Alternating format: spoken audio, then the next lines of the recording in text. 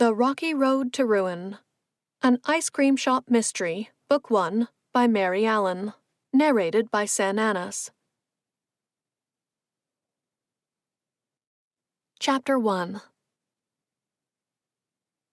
If you looked up New England, you'd probably find a picture of my hometown, Penniman, Connecticut. Miles of gray stone walls bordering narrow country lanes? Check. A covered bridge? A town green with a war memorial in the center of the emerald swath of grass?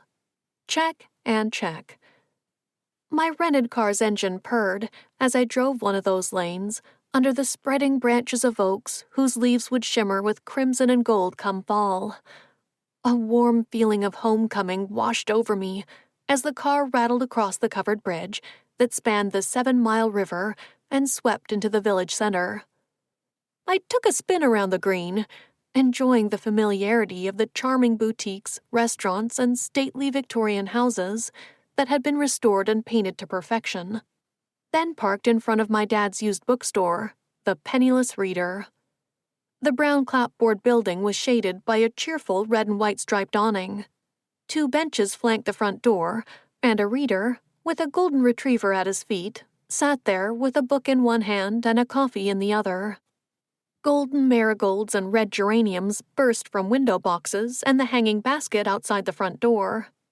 The last time I'd been home, pine and holly wreaths hung in the windows. As I got out of my rental, a blue convertible Mustang I'd splurged on, I turned slowly, taking in the green that was the heart of the village. Dad's bookshop was at the north end of the Penniman town green, and a white colonial-era congregational church, graceful with tall columns, watched over it from the south end. The more things changed, the more Penniman stayed the same. Thank goodness. The retriever's tail thumped as I bent to give him a pat. I'd come home to be with my best friend, Caroline Spooner, at her mom's funeral, but I had just enough time to stop first to see my dad. I pushed open the door. "Look what the cat dragged in." My dad, Nathaniel Nate Hawthorne Rhodes, rushed from the front counter and wrapped me in a hug. His words were light, but he held me close. "Riley, I missed you, honey." "I missed you, too." I felt a pang as the sunlight streaming through the window highlighted the gray in his curly brown hair and bushy eyebrows. I let my cheek rest for an extra moment against the chest of his blue plaid shirt.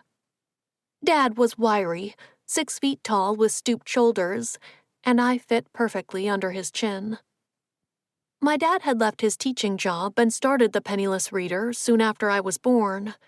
My mom passed away when I was 2, and for many years it had been just the 2 of us. Until Paulette. "Is that Riley?" My stepmother's lovely voice fluted from the back of the shop. 10 years ago, Dad hired Paulette, a retired nurse, to work part-time in the shop.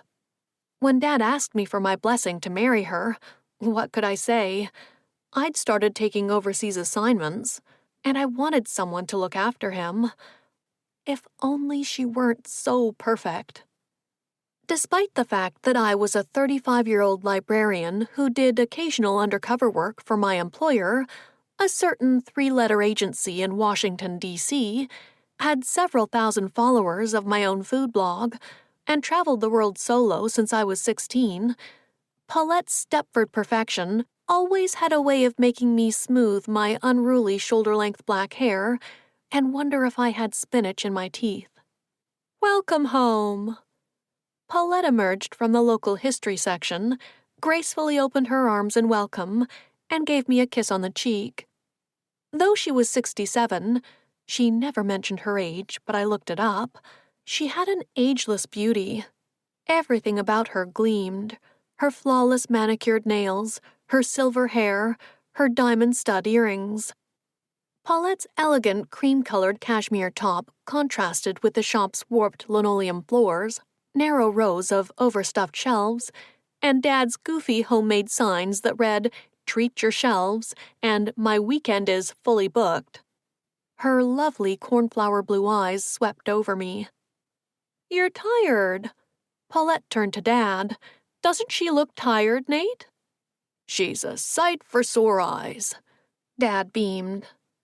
Jet lag. I couldn't get comfortable on my flight from Rome. I came as quickly as I could when Caroline called to tell me Buzzie'd passed away. Caroline's mom, larger-than-life Elizabeth Buzzy Spooner, owned Penniman's iconic Fairweather Farm and the utterly delightful ice cream shop for decades.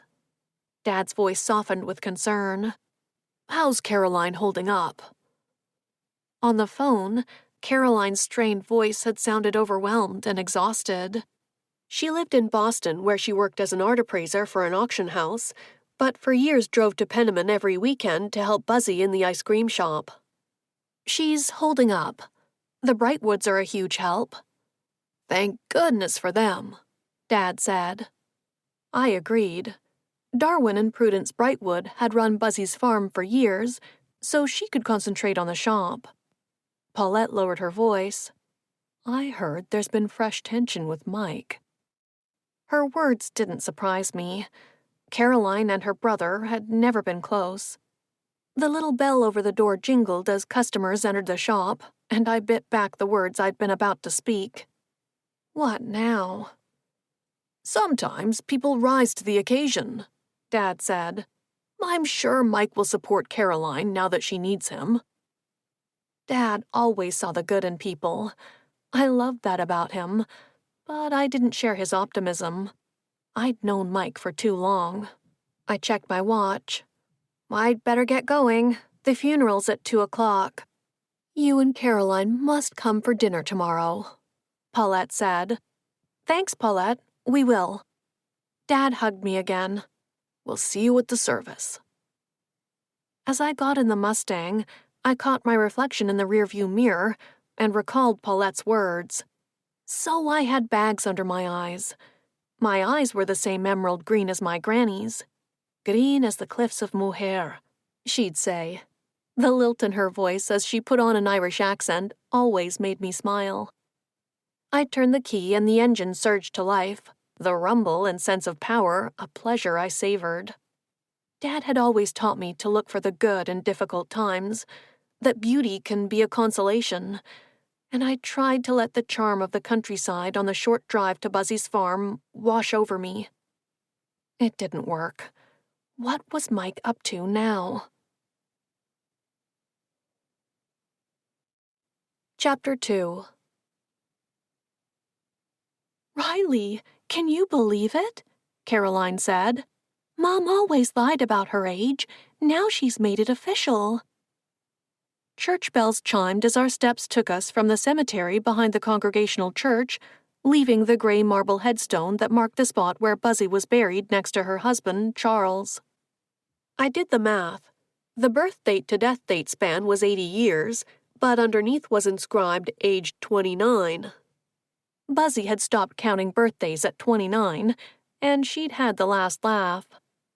I can't imagine the Gravers approve, I whispered to Caroline. Gravers was our nickname for two of Buzzie's part-time staff, retired sisters Flo and Jerry. Devoted genealogists, they spent their free time graving, documenting graves for a website called Finding Your Dearly Beloved. The name tickled me. How beloved could they be if no one knew where to find them? Caroline smiled, but took off her thick tortoiseshell glasses to dab her almond-shaped brown eyes. Though petite as a princess in the pre-Raphaelite paintings she loved, Caroline had strong features.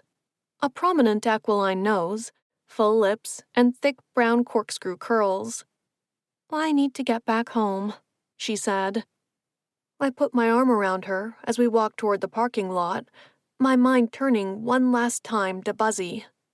Buzzie had always encouraged me to see the world, and she'd been thrilled that I started a blog, Road Food, to document my travels and the food I discovered while on the road. She'd called herself my #1 fan. Dad and Paulette joined us. Honey, I'm sorry we have to go. We have an appointment at the shop. You're both coming for dinner tomorrow, Paulette said, as she brushed away an invisible piece of lint from the sleeve of Dad's jacket. Yes, thank you, Caroline said.